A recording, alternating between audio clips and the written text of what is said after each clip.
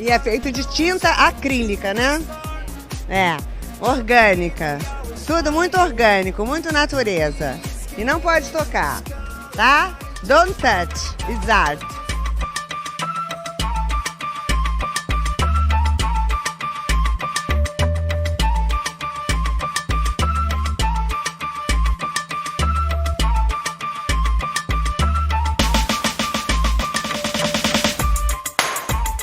Olá, tá começando mais um Não Pode Tocar. Eu sou Fabiana Pedroni e este é o 6º episódio da nossa 4ª temporada. Para quem chegou aqui agora, o Não Pode Tocar é um podcast sobre teoria, história, crítica, prática de arte e temas afins. Além dos nossos episódios de temporada, no nosso feed você encontra também o Pataquadas, com as principais notícias do mundo da arte, com a apresentação de Alana de Oliveira e colunas abertas de Denis Almeida e Camila Salotto. E nós temos também o Não Pode Chorar, em que eu e o Rodrigo Hipólito contamos algumas desventuras da vida e pensamos em formas criativas de lidar com elas. A gente está disponível em todos os tocadores de podcasts, nas plataformas comumente usadas para ouvir música, como o Spotify, o Deezer, também no YouTube, no site notamanuscrita.com, e as pessoas podem receber os nossos episódios até por e-mail. Para você que nos escuta, saiba que os links de tudo que nós comentamos, como recomendações, formas de acompanhar o programa, links para os nossos perfis pessoais, estão todos na descrição deste episódio, na postagem original em notamanuscrita.com. Se você ficar com preguiça de digitar notamanuscrita.com no navegador, não tem problema. Basta clicar na imagem de capa do episódio que, na maioria dos tocadores de podcasts, você será direcionado para a postagem original. Além de todas essas informações, no final da postagem você encontra também o link para o nosso PicPay, através do qual você pode colaborar financeiramente para a continuidade deste projeto, com R$1, R$2 ou R$5 mensais, ou com qualquer valor esporádico. Se não puder colaborar financeiramente, só de compartilhar esse episódio e nos seguir nas redes já nos ajuda e muito. Os nossos perfis no Twitter e no Instagram são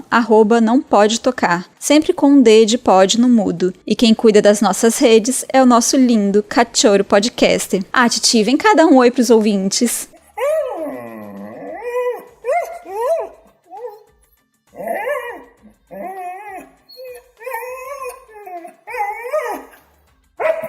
Por conta da temática de hoje, nós teremos várias vozes no episódio. A gente aqui do Não Pode Tocar não costuma fazer algo que seja temático de feriado, mas algumas discussões no grupo nos levaram a querer muito falar sobre maternidade no Dia das Mães. Em 2019, Camila Salotto e eu gravamos uma conversa para compor o Não Pode Chorar de número 7, que se chamava Como Ficar de Boas com a Maternidade. E de lá para cá, muitas coisas aconteceram, muitas discussões sobre maternidade e vida profissional. Recentemente, em abril, o Lattes, que é a nossa principal plataforma de currículos de pesquisadores no Brasil, abriu uma nova seção que permite o registro da licença maternidade de pesquisadoras. Essa é uma mudança muito importante para as mulheres cientistas que permite às agências de fomento e empresas compreenderem a desaceleração da produção, obviamente justa e justificável. Para falar sobre essas relações entre vida profissional, vida criativa e maternidade, nós convidamos mães, artistas, pesquisadoras, cientistas, educadoras para falarem sobre como elas relacionam os processos e rotinas de pesquisa e criação com a vivência como mãe. Bom, bora lá pro episódio.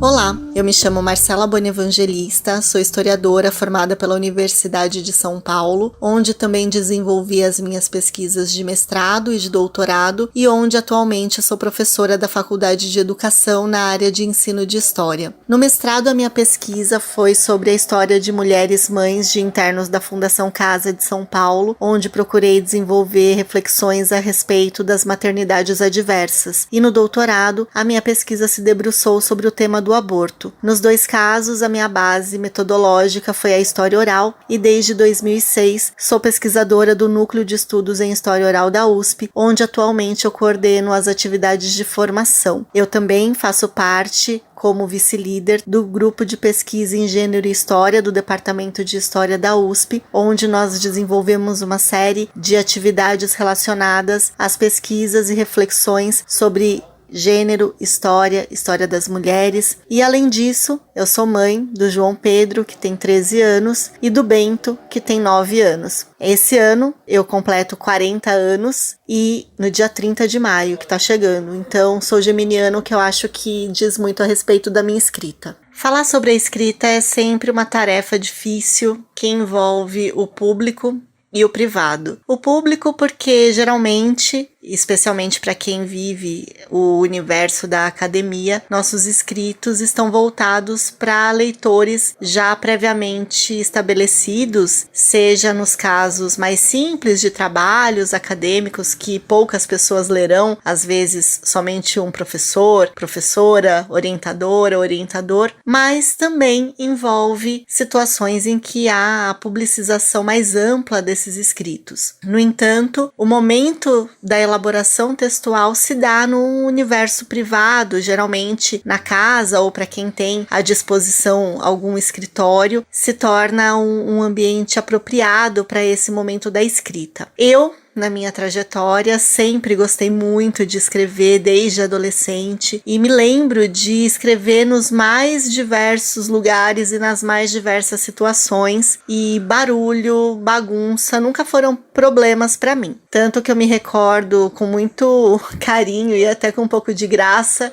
de momentos em que eu trabalhava no centro da cidade de São Paulo e precisava me deslocar do lugar onde eu moro, que é na periferia, de transporte público. Então eu escrevi muitas coisas nos trens, metrôs e ônibus da cidade. As pessoas sempre me perguntavam: como que você consegue ler e escrever, né, num lugar tão, assim, barulhento? Esse tipo de situação que não é a mais prosaica. No entanto, essa sempre foi uma prática e, para mim, a leitura e a escrita fazem parte do meu cotidiano, do meu universo, da minha diversão quase. De qualquer forma, a maternidade, ela muda muita coisa na nossa vida e na minha, evidentemente, também. Então, a partir do momento que eu me tornei mãe, os meus momentos de escrita, eles passaram a ser condicionados pelos horários e pelos desejos, né, digamos assim, dos meus bebês. Hoje não são mais bebês, então eu acho que tem 2 momentos interessantes para citar de que maneira que essa experiência da maternidade afetou o meu processo de trabalho, de escrita. No caso, né, de crianças muito pequenas, a gente acaba conseguindo escrever nos momentos em que o sono chega, mas geralmente o sono das crianças acaba sendo um momento também em que as mães podem descansar um pouco. No meu caso,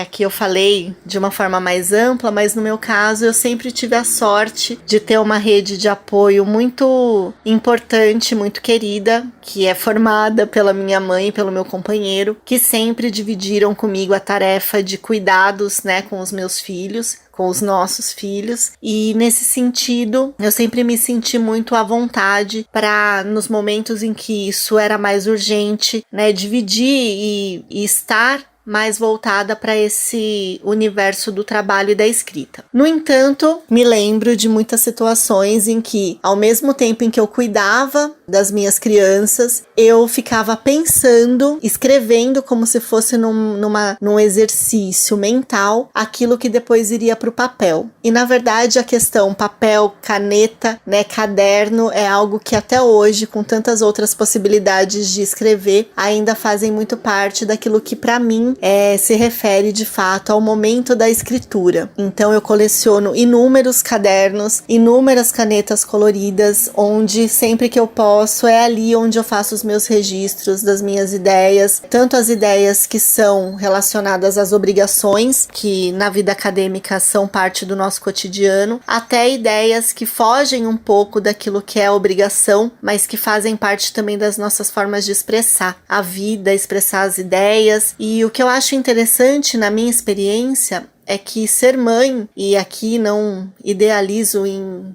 em nenhum momento, né, essa tarefa, essa existência, né, que junta outras existências, mas de fato a gente acaba tendo mais responsabilidades do que teve outrora, e acho que isso também nos coloca em situações interessantes quando da própria produção, né, porque ela diz respeito já não mais a somente nós, mas também as outras pessoas que fazem parte da nossa vida. E acho que no meu caso, ter os dois meninos também me ajudaram de alguma maneira a ler o mundo de formas diferentes, e especialmente para quem trabalha com história das mulheres e das relações de gênero e com o ensino de história, ter 2 filhos homens me colocou em diversos momentos em posição de pensar a respeito disso, de ser mãe de meninos, ser responsável por trazer à tona uma educação que visasse, né, a crítica ao machismo, ao patriarcado, à misoginia, e de alguma maneira isso certamente interferiu na minha forma de escrever, nos assuntos que passaram a ser cada vez mais do meu interesse. No mais, com o crescimento dos meninos, é muito bacana que eles também passaram a fazer parte dessa rede de apoio que eu considero que é a minha família quando se refere ao meu trabalho. Então não foram poucas as vezes em que eu tinha que escrever algo porque tinha prazo e, enfim, coisas nesse sentido, de ouvi-los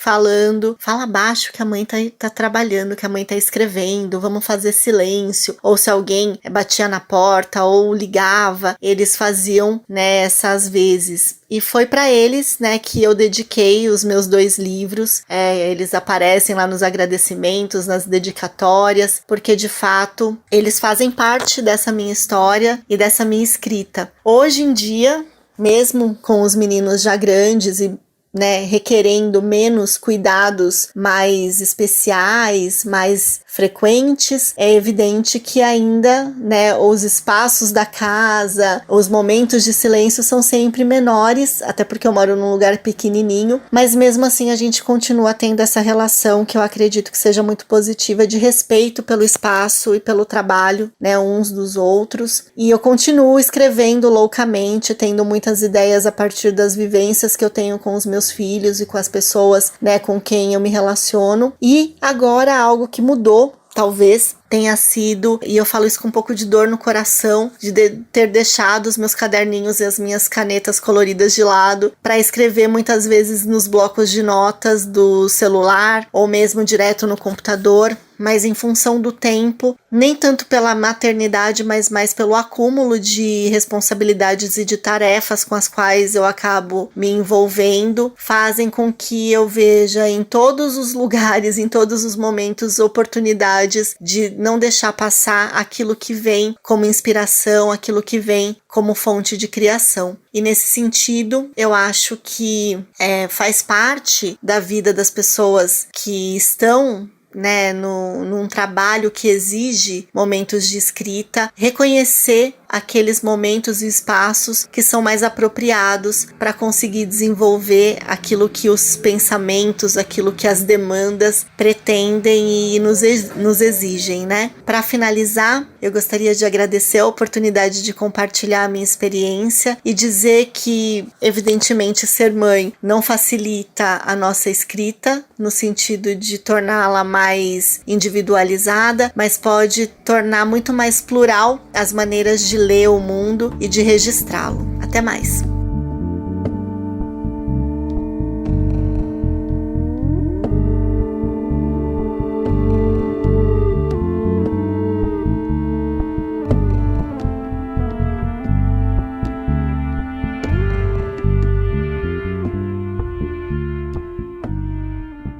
Olá pessoal, tudo bem? Primeiramente, obrigada pelo convite para participar do episódio. Eu me chamo Ana Margonato e sou uma advogada que hoje em dia é escritora. E a maternidade tem tudo a ver com essa transição de carreira na minha vida. A escrita sempre se fez presente, mas foi só depois da chegada da maternidade que eu realmente assumi essa pulsão que eu tinha com a escrita. Então hoje me considero uma escritora e sou mãe da Isis. Para vocês me encontrarem nas redes, No Instagram você me encontra no @umcontocontadopormim e no meu blog www.umcontocontadopormim.com.br. Agora, respondendo a pergunta de vocês, como eu já falei anteriormente, né, a escrita, a minha carreira, né, hoje em dia, ela foi impulsionada depois da chegada da maternidade, então eu acho que no meu processo de criação, de pesquisa, a maternidade ela tem uma ambivalência gigantesca, assim, porque assim como ela impulsiona os processos criativos para mim, eu passei a ter uma visão da escrita e de vida mesmo, assim, muito diferente depois da chegada da maternidade. Então, constantemente é uma fonte inesgotável de criatividade para mim. Muitos dos meus escritos são com um olhar para a maternidade e, ao mesmo tempo, a função, né, que é o maternar, assim, no dia a dia, me impede em inúmeros momentos que eu consiga exercer a escrita, né. Então, eu fico 24 horas com a minha filha aqui, hoje em dia ela tem 3 anos de idade, Brasil, né, não tem escola, enfim, nesse momento, e é bastante desafiador, assim, conseguir conciliar todo esse processo, conseguir se concentrar muitas vezes mesmo, ter uma sequência, um tempo de raciocínio lógico ali para o que você está escrevendo. Então, eu estou no processo de desenvolvimento do meu primeiro livro, e em algumas semanas, assim, eu consigo escrever pouquíssimas coisas, sabe, porque é preciso ali, não todo escritor, né, mas eu pelo menos preciso de um silêncio, de uma concentração maior para muitas coisas que eu estou escrevendo, e com a maternidade, com criança o tempo todo com você ali, é muito difícil conseguir isso. Então é um malabarismo enorme aqui para mim mesmo conseguir conciliar o meu processo criativo com a maternidade, e ao mesmo tempo é ela quem traz inúmeras inspirações para mim. Então essa ambivalência gigantesca aí que a maternidade tem na minha vida hoje em dia, e eu acredito que cada vez mais, assim, eu consigo trabalhar essa questão e ver que a maternidade ela é política, né, em todos os seus aspectos, assim, tudo é voltado para a forma como a gente se organiza com o mundo e como o mundo organiza junto com a gente em relação à maternidade, ao cuidado, a quem cuida e quem tem toda a responsabilidade sobre o cuidar.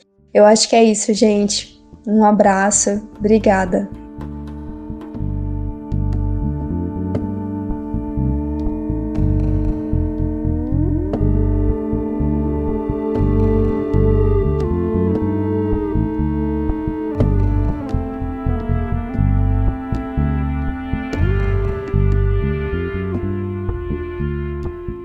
Olá a todos que acompanham o podcast Não Pode Tocar. Meu nome é Kelly Abreu, eu sou ilustradora. O meu portfólio online é kellyabreuilustra.com. Eu também estou mais ativa no Instagram, que é uma rede social mais voltada para imagens. Para começar a responder essa pergunta, eu vou contar um pouquinho como foi o meu processo de me tornar mãe e como isso afetou a minha produção artística. Bom, na verdade, eu sempre queria trabalhar com desenho de moda, né? Eu até, inclusive, eu cheguei a trabalhar com isso antes de ir para a faculdade. Só que eu acabei me formando em Belas Artes porque era o que tinha de mais viável para mim naquele momento. Então, logo após eu me formar, eu me casei e mudei de país. E aí começou uma nova fase de adaptação. Aprendizado de língua nova, inserção em outra cultura. E foi nesse primeiro ano dessa nova fase que eu engravidei. Até então, eu continuei a minha rotina e tal, até que eu descobri que eu estava vivenciando uma gravidez de risco, que foi detectado no 5º mês de gestação. Quando eu estava com 6 meses e meio de gestação, eu tive uma pré-eclâmpsia grave,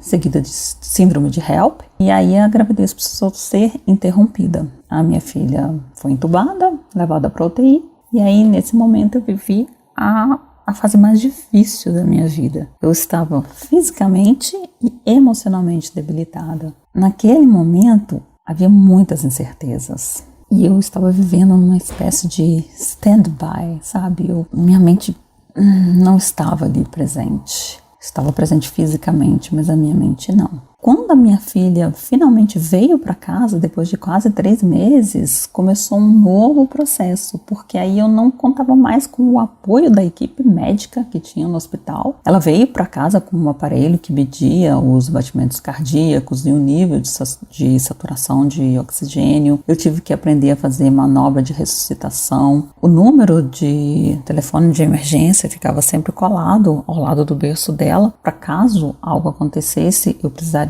enquanto eu fazia os procedimentos, eu precisaria ligar imediatamente para a emergência. Então ali eu tinha uma única certeza, que eu não era mais eu. Eu era ali o único ser responsável por manter a minha filha viva. Por sorte, os meus pais vieram, ficaram um tempinho aqui comigo. Do contrário, acho que eu teria surtado muito. Então, tendo visto todo esse cenário que envolveu gravidez e o início dos primeiros anos da vida da minha filha, já dá para imaginar que nada mais ocupava a minha mente, a não ser aquele serzinho ali. Foi só quando ela começou a frequentar a escolinha, por volta de 3 anos e meio, por aí, que eu comecei a também voltar a pensar em mim como pessoa.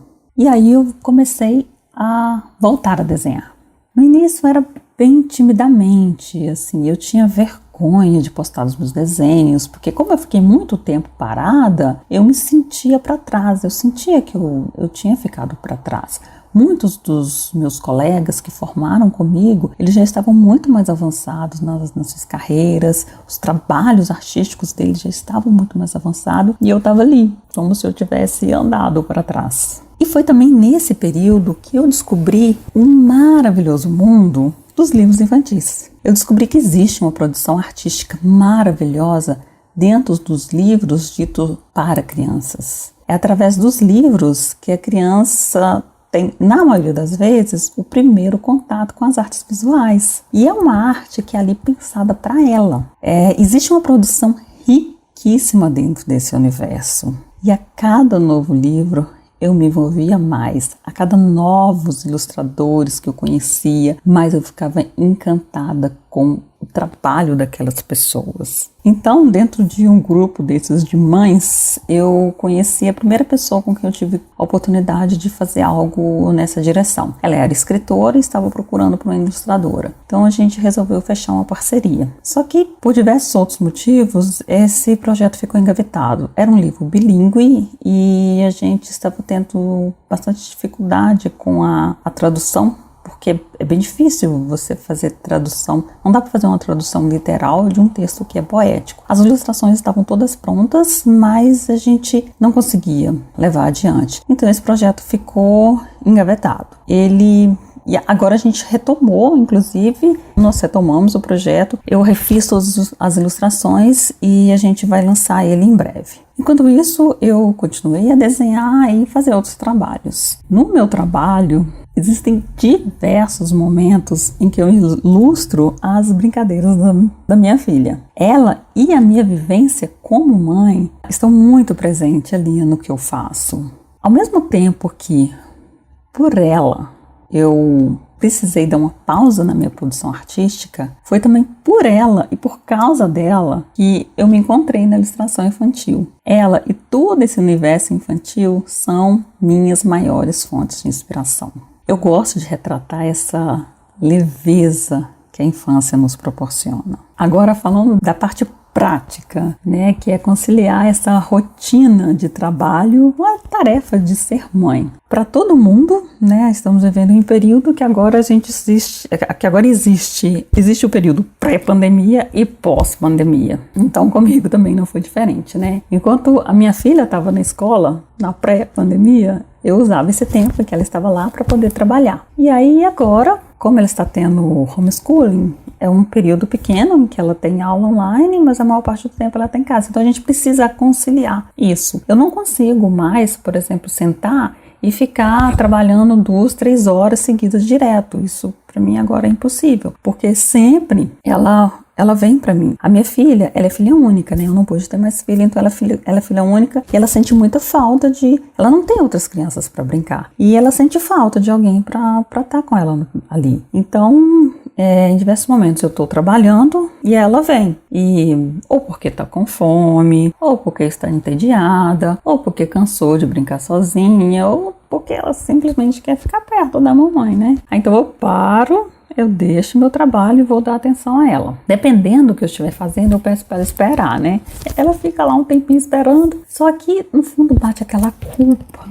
Eu sei que tem toda aquela história de que a gente não deve se culpar e blá blá blá, que em teoria é lindo, né? Mas sentimento é sentimento, a gente não consegue fugir deles. Então eu paro e vou brincar com ela. E aí no meio da brincadeira, a minha mente continua ativa. E aí muitas vezes eu pego meu bloquinho e vou fazendo esboços dela brincando. E depois esses esboços se transformam em desenho. Eu finalizo, seja da forma que for, aquarela, pintura digital, enfim. E aí vira um desenho finalizado.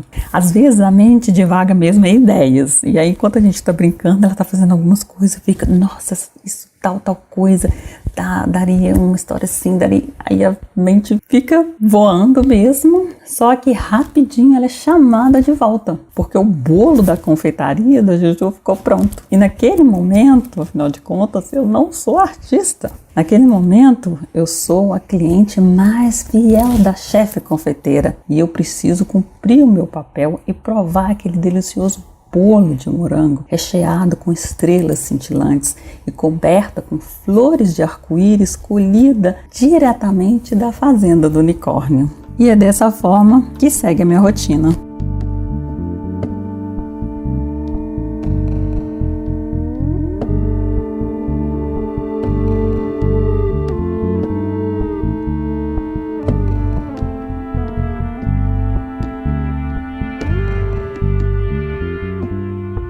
Meu nome é Ana Pimenta, eu sou doutora em planejamento ambiental e eu tô aqui para falar um pouquinho sobre os meus processos e rotinas de pesquisa, como que eles se relacionam com a minha rotina, a minha vivência como mãe. A vivência que eu tive de pesquisa com filhos foi no meu doutorado, que meu filho nasceu no fim do meu 2º ano de doutorado e minha filha no finzinho do doutorado. Eu defendi no fim do 2º trimestre de gravidez. Quando eu engravidei, eu achava que seria um ótimo momento, porque, bom, numa vida de pesquisa e de trabalhos, de consultoria, eu nunca tinha muito uma coisa certa, um salário fixo, um emprego estável. Então, quando eu me vi com uma bolsa de 4 anos, bom, minha primeira gravidez não foi planejada, foi muito querida, muito bem-vinda. Quando eu vi que eu tinha 4 anos de uma certa estabilidade, eu falei,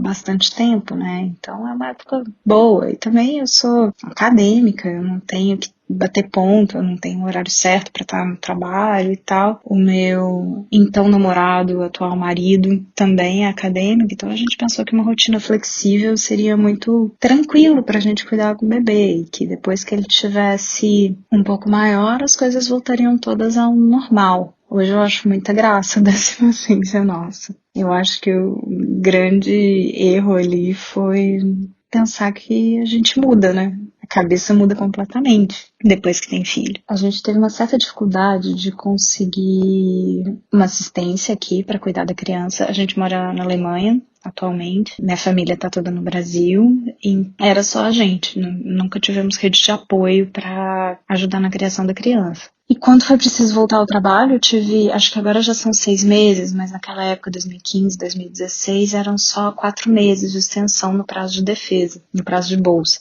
Na Alemanha, a maioria das mães que eu conheço, principalmente na academia, tiram 1 ano de licença. E eu não podia. E o sistema não é muito pronto, não é muito capacitado para receber crianças tão pequenas. Então, creche não conseguia vaga, era só principalmente depois de 1 ano. Babá, eu lembro que eu olhei, minha bolsa iria inteira para uma babá que ficasse cuidando dele. Foi uma época bem complicada de pensar como que a gente vai cuidar dessa criança e continuar o trabalho. Por fim, consegui uma cuidadora de meio período e foi quando eu consegui retomar o trabalho. Mas aí foi quando essa realidade me impactou, de ver que minha cabeça era outra, eu era outra pessoa. A concentração que eu tinha, a dedicação que eu tinha para minha pesquisa antes, era agora dividida com meu filho. E aquela coisa de que antes era sábado, era domingo, era de noite, era qualquer horário que fosse, podia tirar para resolver alguma coisa, para terminar uma coisa que não tinha feito durante a semana, para fazer mais uma análise, para fazer alguma coisa na minha pesquisa que precisasse. E eu não tinha mais esse tempo, eu não tinha mais essa disponibilidade. O meu filho demorou muito a começar a dormir bem, então eu estava sempre cansada, sem dormir, chegava no fim do dia exausta, por não ter dormido na noite anterior, por ter passado metade do dia lidando com pesquisa, outra metade do dia casa e criança. Foi muito difícil conseguir voltar a ser uma acadêmica. Eu acho que não é. Assim, eu conheço várias pessoas, tenho várias amigas que tiveram uma vivência diferente, mas para mim retomar e voltar à vida de pesquisadora levou quase que uns 2 anos. Para eu conseguir me ver como uma profissional também. Esse reencontro com o meu trabalho demorou. Enquanto meu filho era muito pequeno, foi doloroso, porque se eu não estava dedicando a minha pesquisa, eu me sentia mal, e se eu não estava me dedicando ao meu filho, eu me sentia mal.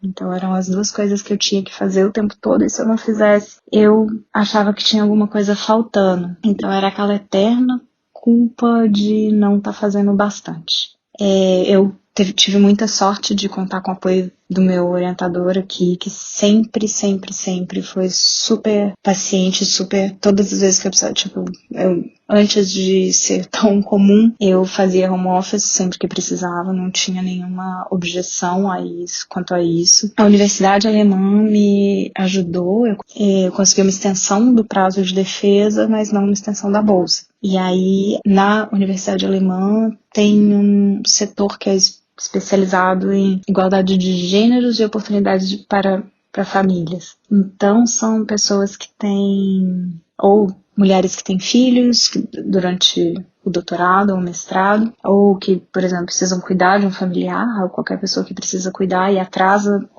a conclusão do trabalho por causa disso, eles oferecem uma bolsa para complementar, para você conseguir terminar o seu projeto. E eu tive esse apoio para conseguir essa bolsa, mas mesmo assim, no fim do meu doutorado foi sem bolsa.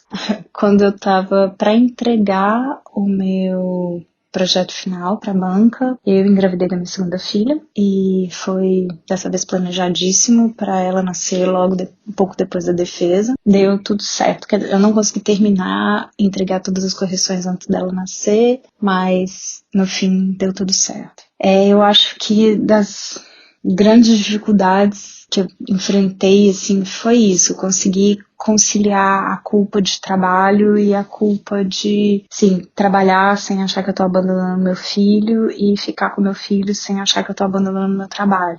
A pesquisa é um negócio que você não tem a hora, né? Qualquer hora que você pode fazer. Então, qualquer coisa que eu estava com eles era para mim desperdício de tempo de trabalho. E foi um tempo até conseguir conciliar, até conseguir ter mais paz quanto a isso. E acho que a outra grande dificuldade que é o que eu tô sentindo agora, que foi na minha segunda filha, eu tive uma pausa, eu parei o trabalho para ela nascer e tudo, e a ideia era depois de um ano voltar. Só que a volta ao mercado de trabalho também tem sido uma coisa um pouco sofrida, um pouco difícil. Parece que a impressão que eu tenho é que o tempo que eu fiquei em casa com os meus filhos, né, porque também veio pandemia e os dois ficaram em casa, então o tempo que eu fiquei em casa com eles, eu me desatualizei, que eu fiquei completamente por fora do que estava sendo desenvolvido, do que estava sendo falado, do que estava sendo conversado na minha área, aplicado, e que agora eu tô completamente fora da realidade de pesquisa atual. É muito difícil, tanto pela minha insegurança do que eu sei ou do que eu posso fazer, quanto, assim, de ver vagas que eu acho que eu me encaixo. Então agora Tudo bem que em 2020, 2021, a pandemia dificultou muito, diminuíram muitas oportunidades de trabalho com pesquisas reduziram, na minha área pelo menos, mas também eu sinto um pouco isso, que eu perdi um tempo de trabalho, não considero um tempo perdido, porque foi um tempo também que eu precisei me dedicar às crianças, mas foi um tempo que eu acabei ficando por fora. E tá sendo muito complicado ter a confiança em mim outra vez de que eu consigo voltar para a pesquisa, que eu consigo ainda contribuir, que eu tenho coisas a oferecer. Acho que atualmente o grande desafio é esse, é como voltar a ser uma pesquisadora depois de ser mãe. Bom, espero ter ajudado em alguma coisa. Um beijo para vocês.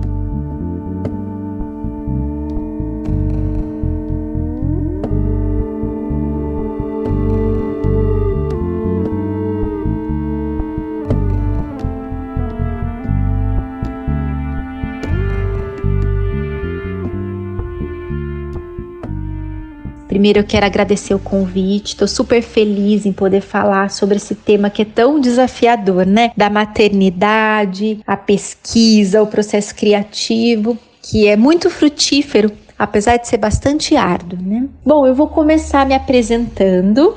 Eu sou Camila Maciel Polônio, sou membro analista junguiana pelo Instituto de Psicologia Analítica de Campinas, filiado à Associação Junguiana do Brasil e à Associação Internacional de Psicologia Analítica de Zurique. Sou especialista em terapia familiar e de casal pela PUC de São Paulo e especialista em Jung pela Unicamp. Eu atuo como psicóloga clínica desde 2008 e em 2017 eu passei para a modalidade online porque eu atendo aqui na Alemanha. Bom, se vocês quiserem me encontrar nas redes sociais, o meu Instagram, o @ é Camila M. Polônio. No meu blog, que é camilamacielpolonio.com, e no YouTube, Camila Polônio. Bom, gente, vamos ao tema. Eu vou tentar fazer um traçado do meu percurso como profissional para chegar nesse momento, na minha última pesquisa, que foi sobre a caça às bruxas,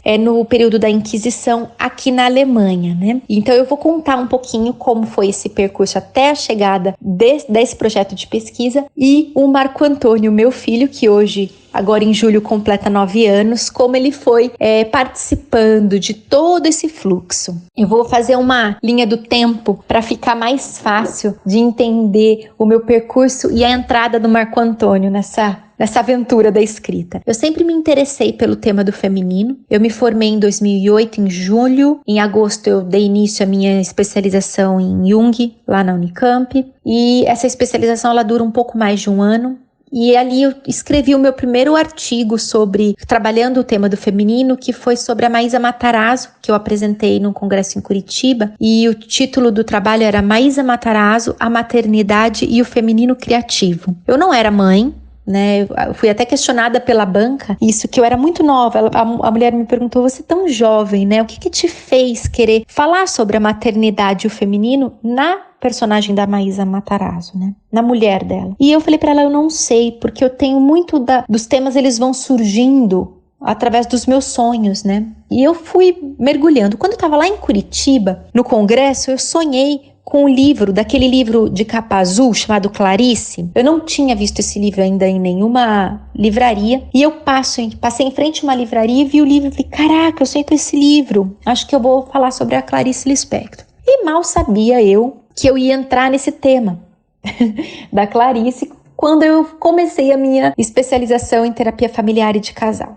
Pois bem, em 2011 eu já estava, né, na PUC. Eu fui escrever sobre a maldição familiar em Clarice Lispector, que era um olhar sobre a transgeracionalidade da vida dela, né? E fui apresentar esse trabalho em Curitiba. A PUC eu fiquei 3 anos fazendo essa especialização. No último ano eu estava grávida e resolvi falar sobre a Leila Diniz, que também apareceu num sonho. Eu tive um sonho com ela andando na praia, e aí eu falei: cara, agora é a hora da Leila, né? E eu grávida, fui estudar a história dela, aí que eu soube que ela tinha sido a primeira mulher a colocar a barriga de fora na praia, né? E aí em 2012 eu apresentei um artigo num congresso congresso que era Leila Diniz, um olhar para a transgressão do corpo e da identidade da mulher brasileira. Esse seria o meu trabalho de conclusão da PUC, né? Mas eu peguei um fragmento dele para o congresso. Mal sabia eu, isso em junho, que em julho o Marco Antônio nasceria com 33 semanas. Eu estava terminando esse trabalho, ele nasceu e eu fiquei lá com ele um mês na UTI, cuidando da vida dele, né? Passando por todas as angústias que vocês podem imaginar.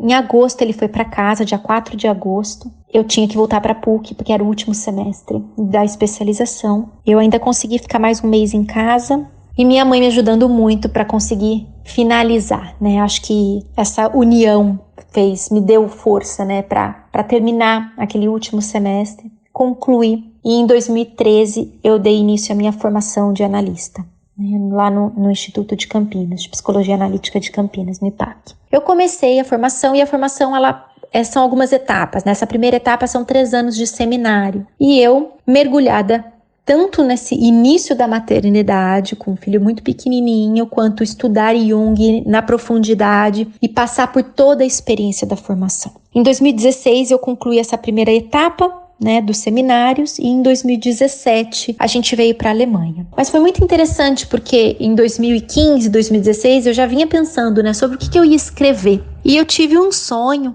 que eu escrevia, que eu me encontrava com uma senhora e essa senhora falava para mim assim: você já leu Maleus Maleficarum? E eu olhando aquela cara tipo, não sei o que é isso. Aí ela me entrega o livro e fala: no final você vai ver que nada sobrou, tudo foi queimado. Nenhuma mulher restou, tudo foi queimado. E eu falei, vou falar sobre as bruxas, sobre as mulheres queimadas na época da Inquisição, e nem sonhava com a possibilidade de vir para a Alemanha. Em 2017, quando a gente chegou aqui em maio, dia 22 de maio de 2017, Marco Antônio estava com 4 para 5 anos, e eu vim com os meus livros embaixo do braço e falando, bom, vou começar a estudar aqui, né? Mal sabia eu o que estava por vir. Mais uma coisa, né?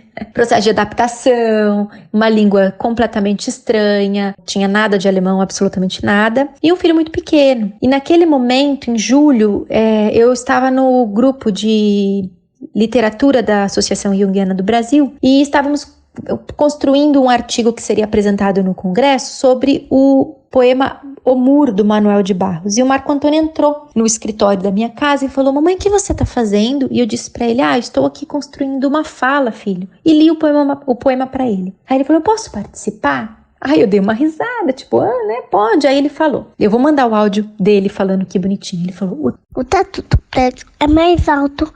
Se você ver, não acredite, porque não é um mundo. E essa fala dele foi para o congresso, saiu no Cadernos Jungianos, numa parte da análise dos coordenadores do grupo de literatura, da percepção sutil da criança, né, do quanto a criança ela consegue captar. E ali eu fui dando espaço para trabalhar a questão da caça às bruxas. Quando eu comecei a estudar, a partir dali, eu dei uma pausa no meu trabalho, diminuí a intensidade, não totalmente, mas eu diminuí, para começar a ler, porque é muito denso a leitura sobre a caça às bruxas, sobre o período de Inquisição. Eu mergulhei demais no período da Idade Média, e o Marco Antônio sempre participando disso de alguma forma. De repente, no meio da leitura eu vou percebendo que aqui na Alemanha, na cidade de Würzburg, Bamberg, as mulheres foram muitas mulheres mortas. Em Bamberg sobraram 2 mulheres no período da caça às bruxas. E o Marco Antônio participando disso, e de alguma forma ele foi desconstruindo a ideia de que a bruxa é aquele personagem da história do conto de fadas, e ele foi construindo junto comigo essa percepção. Ele foi no processo de visita de todas as cidades, de Würzburg, Bamberg. E quando a gente chegou lá, eu descobri, uma mulher falou pra gente que não tinha nada, que nada ali tinha sobrado. Lembram do sonho que eu contei? Que nada tinha sobrado. E que tinha um monumento na cidade de Bamberg que uma artista plástica tinha feito em 2015, em homenagem a essas mulheres que tinham ido pra fogueira. Mas que tinha uma torre numa Dorf ali, que se chama Zion-Main. E a gente saiu e foi para essa Dorf, visitamos essa torre.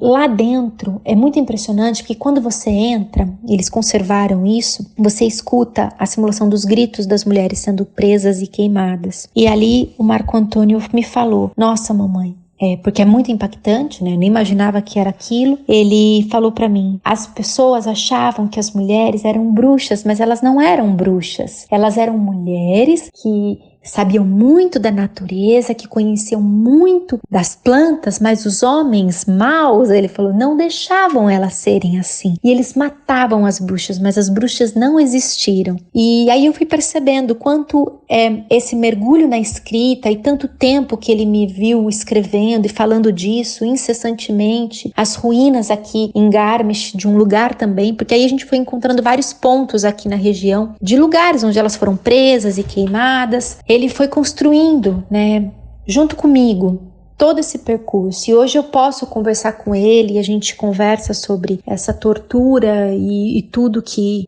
as mulheres vivem até hoje, o massacre, o quanto as mulheres são ainda vítimas de violência.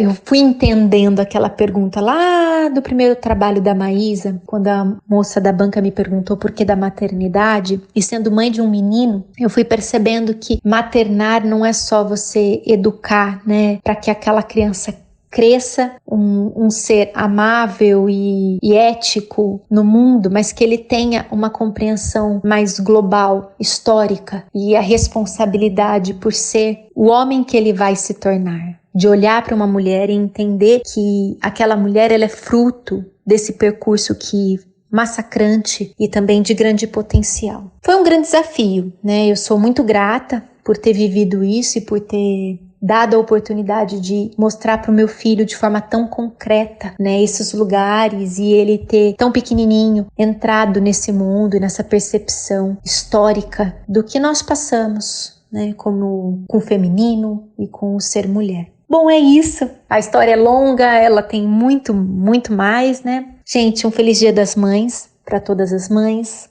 para todas as mulheres, para todas as pessoas. E que vocês tenham aí um dia muito belo.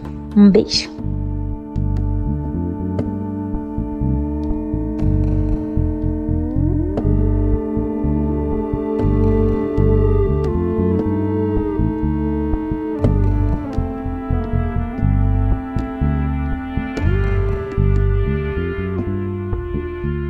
Oi pessoal, aqui é a Camila Saloto. Eu acho que eu já sou figurinha conhecida aqui do Não Pode Tocar, não é mesmo? Eu participo aqui da coluna aberta do Pataquadas, onde sempre pelas madrugadas eu faço algumas divagações, às vezes que eu me pergunto se tem muito nexo. E, bom, eu moro na Alemanha. Aqui na Alemanha, eu já moro aqui há mais de 14 anos.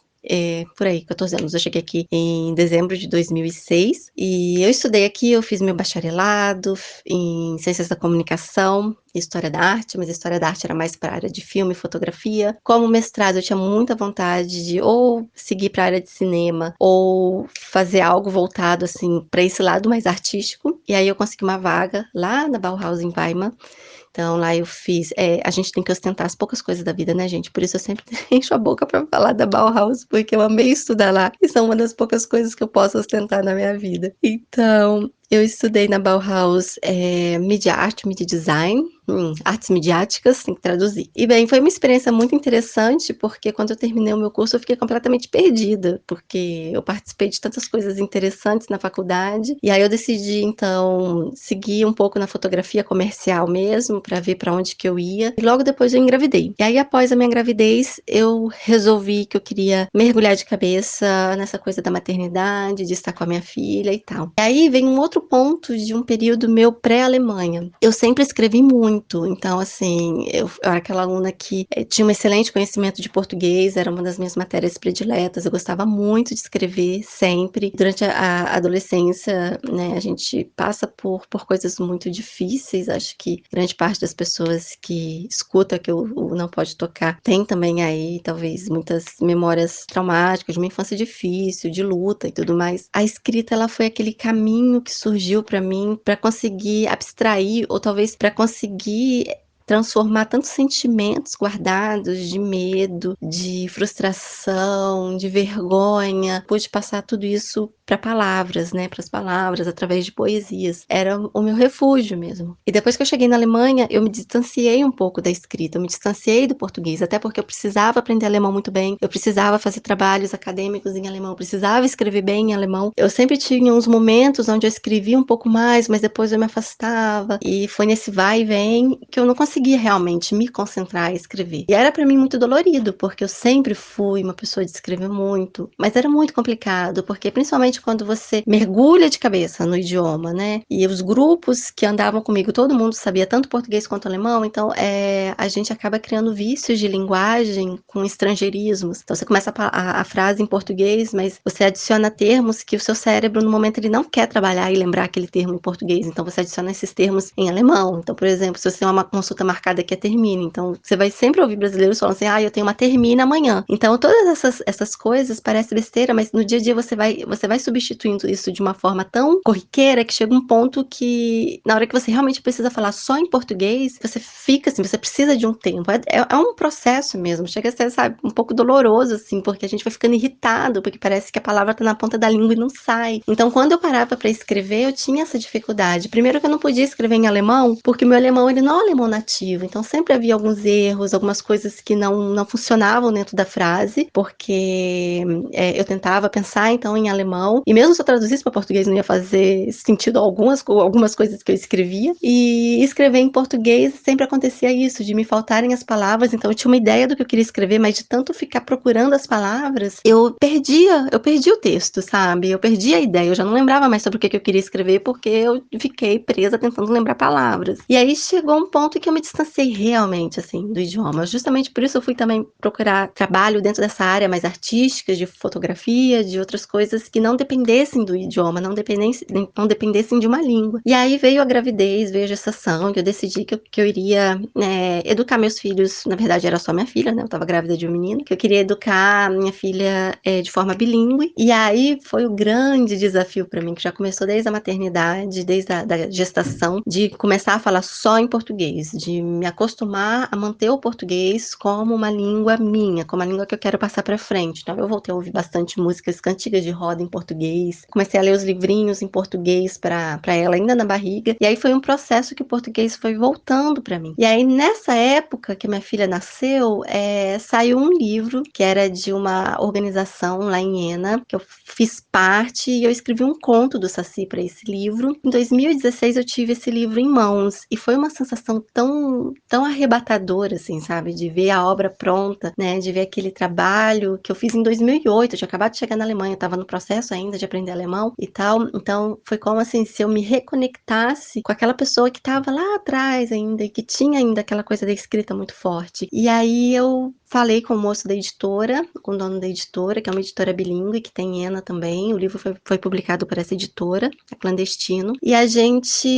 enfim, ele falou, olha, eu falei pra ele de um projeto que eu tinha na universidade, ele falou, olha, escreve e a gente vai ver, vai escrevendo, vai me mandando, eu vou mandando feedback e daqui uns 2, 3 anos a gente tem a possibilidade de voltar a fazer a publicação. Mas ainda assim eu enrolei bastante, depois eu fiquei grávida, eu tive uma perda de bebê, eu fiquei grávida de novo, então assim, demorou para eu me concentrar e falar, não, agora eu vou sentar e eu quero escrever. Aconteceu que em 2019 foi quando eu realmente tomei essa decisão. Meu filho não tinha nem 1 ano ainda, meu segundo filho. Eu estava ainda num turbilhão com criança em casa o dia inteiro, porque a gente se mudou de cidade, minha filha não tinha creche, então eu tinha que cuidar de 2 crianças, mas ainda assim eu tinha uma vontade, um desejo de escrever muito forte. Então eu continuei trabalhando nessa história infantil, que até hoje não tá pronta, e eu passei a ser um pouco mais ativa no Instagram. Eu comecei a postar algumas poesias no Instagram, isso foi em 2020, no começo de 2020, e aí veio a pandemia. Então durante a pandemia, por 6 meses, eu postei todos os dias algumas poesias, que eu falava que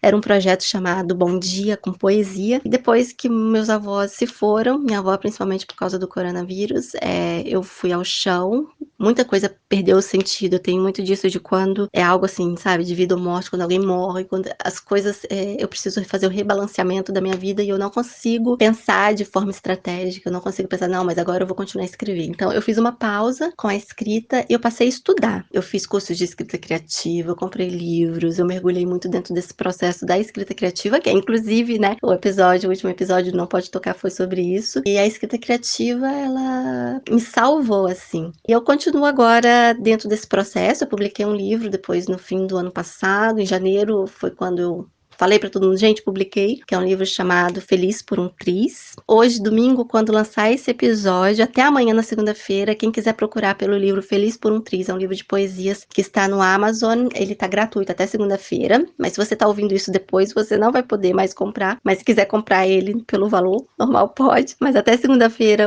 o livro Feliz por um Triz, ele tá gratuito, ele tem a revisão da Fabiana Pedroni, inclusive. Então, esse livro, ele surgiu disso, assim, ele surgiu dentro desse projeto, que foi um projeto do Instagram. E agora eu tô trabalhando numa nova história, num novo livro. É uma história que se passa no Espírito Santo, em Vitória, no Espírito Santo, que é uma maneira de eu resgatar um pouco as minhas raízes, principalmente depois da perda dos meus avós, eu senti que eu precisava disso. E aí, a maternidade, ela veio como essa minha reconexão com o meu idioma, essa minha reconexão com isso que me completa, assim, que é algo que faz parte de mim, que é a escrita, e algo que me faz muito bem. Porém, assim, veio um desejo muito forte de escrever, e aí eu vivo nesse paradoxo, porque ao mesmo tempo que a maternidade me uniu com esse universo da escrita, me reuniu, ela também me afasta, porque a gente tá no meio da pandemia, não é sempre que eu posso mandar a minha filha pra creche, principalmente quando estão as duas crianças em casa, eu não paro um minuto, eu tô sempre tendo que separar brigas a cada 2 minutos, eu sei, assim, às vezes eu falo, a cada 5 minutos eu sou interrompida, mas eu fico percebendo, assim, que eu fico escutando música, e às vezes durante uma música que tem 2, 3 minutos, eu sou chamada 3 vezes, então é muita loucura, você tem que dar conta de alimentar crianças, você tem que dar conta de vestir, você tem que botar as crianças para brincarem, brincar com elas, sair um pouco lá fora para elas terem um ar fresco, para elas se movimentarem, para elas terem uma visão mais ampla do mundo, porque não faz bem você ficar só vendo paredes à sua frente. Então tudo isso é um desafio muito grande, muito grande. Por muito tempo eu estava conseguindo acordar cedo, mas agora ainda veio questões de saúde ainda, então eu não tenho essa possibilidade agora de acordar mais cedo, tipo 4 horas, 4:30 da manhã, para ter umas 2 horas ali de escrita. Então esse é o meu desafio agora, apesar de sentir que hoje eu tenho um grande potencial, assim, olhando de forma crítica mesmo sobre mim, sem nenhum tipo de tentativa aqui de ser soberba nem nada, mas eu sei do meu potencial, eu sei que eu tenho capacidade de fazer um trabalho muito incrível, mas a falta de tempo me impede. Essa falta de tempo, ela, de certa forma, me consome, ela me frustra. Muitas vezes a gente começa a ver as pessoas falando, eu escrevi tanto hoje, então eu comecei até a silenciar alguns tweets, às vezes, na internet, que eu seguia algumas pessoas que também são escritores e tal, porque vai me agoniando, porque eu queria tanto ter esse tempo, essa liberdade de poder simplesmente agora tirar 1, 2 horas por dia, todos os dias, e escrever, isso não me é possível. E aí eu preciso me concentrar em mim e falar, não, agora eu tenho que fazer o que dá pra fazer. Né? Então, se um dia eu consigo sentar e ficar ali meia hora, 1 hora, consigo escrever muito, que bom. Agora, se eu consigo, passo uma semana sem conseguir realmente ter essa rotina de sentar e escrever, tudo bem. Tudo bem, eu sei que a rotina é muito importante, mas no momento isso pra mim não é possível. Então eu aceito isso e seja o que Deus quiser. Mas é isso, gente. Eu tô nesse processo, nessa caminhada com a escrita, vivendo aqui sem rede de apoio, que é bastante difícil, você não tem ninguém que possa te ajudar, ainda no meio de uma pandemia, porque mesmo se fosse possível, né, seria um momento que não dá pra gente ter muito contato com outras pessoas. Então, esse isolamento, essa pandemia, a maternidade e os desejos que a gente tem, as vontades que a gente tem de fazer, de produzir, é como se fosse várias frentes, assim, de luta dentro da gente. Mas a gente segue confiante que uma hora as coisas vão caminhar, na hora certas coisas vão acontecer, a gente se segura em esperança, em fé no que há, que eu acho que de outra maneira a gente enlouqueceria. E eu não quero fazer parte da estatística de escritoras que ficam malucas, que se suicidam. Tem um livro que eu leio, que eu tenho lido, que é muito interessante, que fala sobre, né, a quantidade de mulheres que, durante a história, que ou enlouqueceram ou se suicidaram, porque a escrita ela é uma responsabilidade muito grande. A escrita, além de ser um chamado, ela para nós mulheres parece que ela é um sonho distante, porque é muito difícil a gente conseguir se concentrar, a gente ter o nosso lugar de trabalho, a gente ter o nosso tempo, né? A maternidade, tudo que vem com a maternidade, parece que vem para nos afastar de todas as autorrealizações, né? Na escrita e em tantas outras áreas. Então, é realmente bem difícil. É uma luta mesmo, mas que bom que nós somos mulheres, e eu acho que o que define uma mulher aqui não é o que está também na nossa certidão de nascimento, mas essa nossa força de, apesar de tudo, a gente seguir e tentar e continuar e lutar por aquilo que a gente gosta. É essa a minha relação aqui com a escrita e com a maternidade. Ultrapassei um pouco tempo, muito obrigada por tudo, né, por esse acolhimento aqui na família do Não Pode Tocar. Obrigada a vocês ouvintes que estão sempre aí dando feedbacks das colunas e tudo mais. E a gente segue, além de escrever, a gente ainda segue sendo colunista aqui desse podcast tão maravilhoso. Um grande abraço para vocês, gente.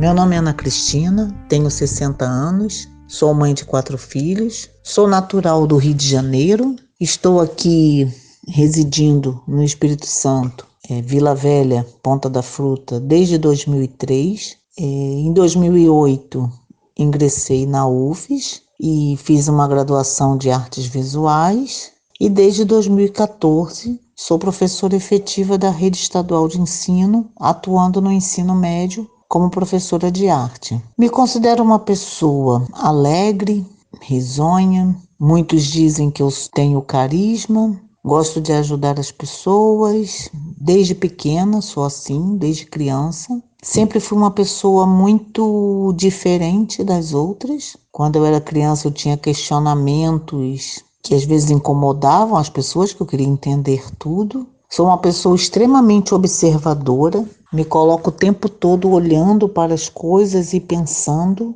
o que é aquilo, por que é daquele jeito. Gosto da natureza, tento levar uma vida o mais natural possível, seja me alimentando. Gosto de comer bem, faço pães. Voltei a fazer pão agora, por conta da pandemia, que numa fase da minha vida eu vendia pães, né? Hoje em dia eu faço só para o consumo da família. Gosto de ajudar muitas pessoas, sempre fui professora, né? Já fui professora do magistério, aquele antigo magistério, que era permitido dar aula até a 4ª série.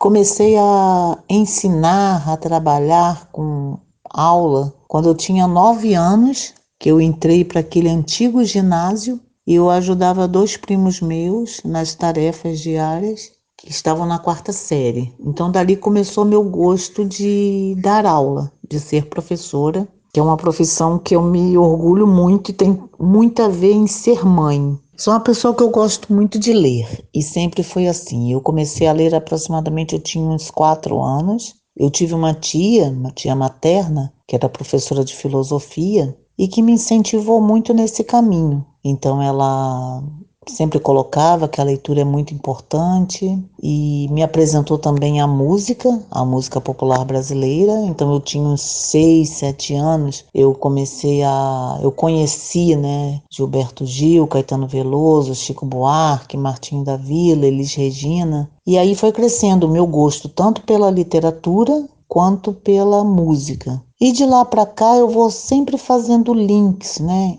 entre a vida e a música e a poesia.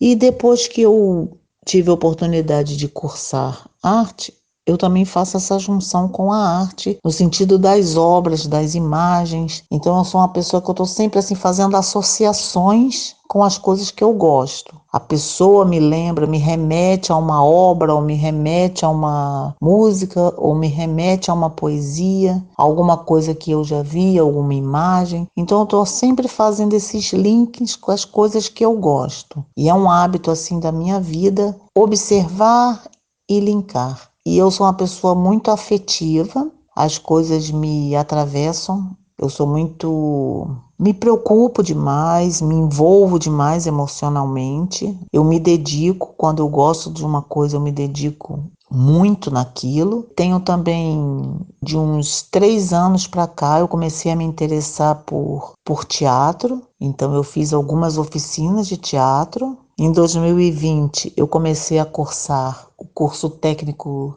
de teatro da FAFI e infelizmente agora eu dei uma parada porque eu não tenho como estar no presencial, mas eu tenho estudado bastante, eu já fiz algumas oficinas de teatro voluntárias com meus alunos na escola, porque eu acredito que o teatro é uma linguagem artística muito abrangente e ela consegue envolver muitas pessoas, né? E nela tem poesia, tem música, tem dança, tem corpo, tem voz. E tenho lido dramaturgia, que era um tipo de literatura que eu não tinha o hábito. E tenho gostado muito, tenho me interessado muito. Então agora, durante a pandemia, eu tenho me dedicado a estudar o teatro e estudar os autores, as obras. E geralmente eu concilio as minhas tarefas no meu processo de criação, assim, meu tempo livre é o tempo pós-atividade doméstica, né? Pós-atividade do dia a dia, seja após eu fazer o pão, ou eu ter feito a comida, ou eu ter lavado a roupa, ou ter ajeitado alguma coisa na casa. Então, assim, geralmente eu paro para escrever ou para ler nesse tempo, mas isso também às vezes eu mesclo. Eu me dou o direito de parar algumas horas durante o dia, ou quando eu acordo cedo eu pego um livro para ler, ou eu vou escrever. Eu estou sempre ouvindo música, às vezes mexendo meu corpo como se fosse uma dança, e sempre assim, e agradecendo pela minha vida, né? Sou muito agradecida pela minha vida, por todas as oportunidades que eu tive, sempre com muita dificuldade, mas sempre conseguindo fazer algumas coisas. Então tive oportunidade e sou muito ligada às pessoas, amo pessoas, gosto de conversar, de falar. Sou uma pessoa que não tenho problema de conversar com uma pessoa, de chegar a uma pessoa. Quando eu estava fazendo a minha graduação, né, de arte, cheguei a ser monitora de cerâmica. E nesses últimos tempos eu tenho começado a juntar meus materiais, comprei argila e estou começando a mexer na argila, a ler, porque eu quero também retomar isso, porque foi uma coisa muito importante que aconteceu e que ficou um pouco de lado e que agora eu quero retomar, que está me dando prazer. Eu tenho tentado fazer aquilo que me dá vontade de fazer. Assistir espetáculos, gosto de assistir filmes, né? Filmes que eu acho interessante, assim, filmes que me são agradáveis no sentido de que me acrescentem alguma coisa. E é isso. Pensando agora nessa relação da cerâmica, da argila, eu vejo que tudo isso está meio que interligado, está conectado. Porque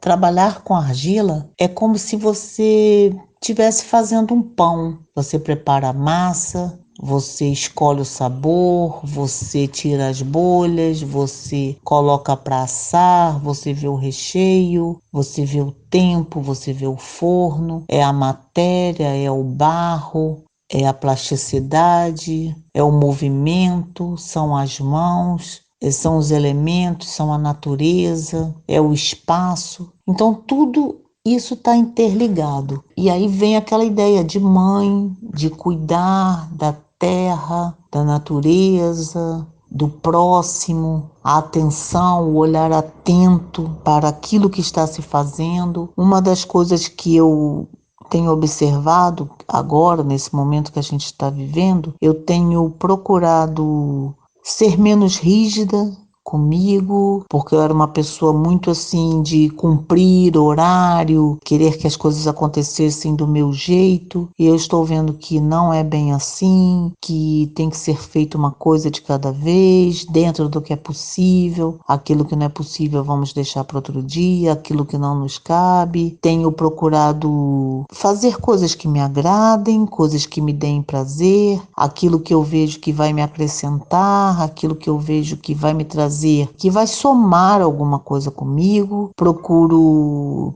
me afastar daquilo que me faz mal. Tenho trabalhado também no quintal, mexido em plantas. Então é como se o cuidar da terra, o cuidar do barro, o cuidar do pão, o cuidar das mínimas coisas, né? Mas tudo dentro de um tempo, sem cobrança, sem rigidez, sem regras muito bem definidas, dentro daquilo que é possível, daquilo que cabe. Eu tinha o hábito de me cobrar muito, uma perfeição, uma entrega de data, e agora eu tenho sido mais suave, sido mais leve. Isso está me fazendo bem nesse momento. Então, tenho ouvido música, tenho tentado descansar, tenho tentado me permitir coisas que antes não me eram possíveis, né? E assim, isso tem feito muito bem, né?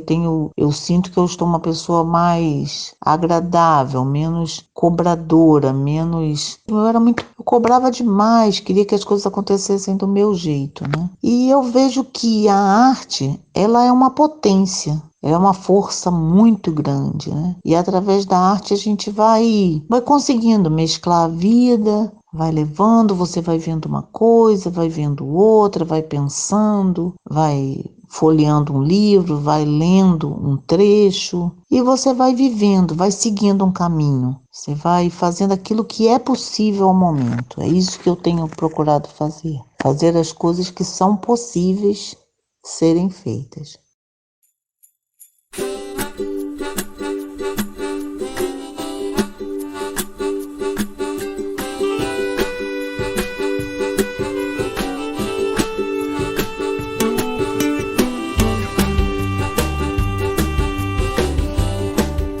Tá aí, encerrando mais um Não Pode Tocar. Gostou? Não gostou? Fala com a gente. Você pode entrar em contato através dos nossos perfis no Twitter e no Instagram, que são @nãopodetocar. Sempre com D de pod mudo. E que são comandados, na verdade, pelo nosso cão podcaster. Vai lá ganhar uns lambejos do Titi e se quiser seguir os nossos perfis pessoais, todos estão linkados na descrição deste episódio, na postagem original, em notamanuscrita.com. Lá você encontra, além dos nossos episódios, contos, crônicas, resenhas de livros, artigos, textos de processo, fotografia, ilustrações e outros trabalhos de arte. Além, claro, dos links e referências de tudo que a gente comenta nos episódios. É isso. Então vamos lá. Se nada der muito errado, semana que vem a gente tá de volta. Até mais, gente. Tchau, tchau.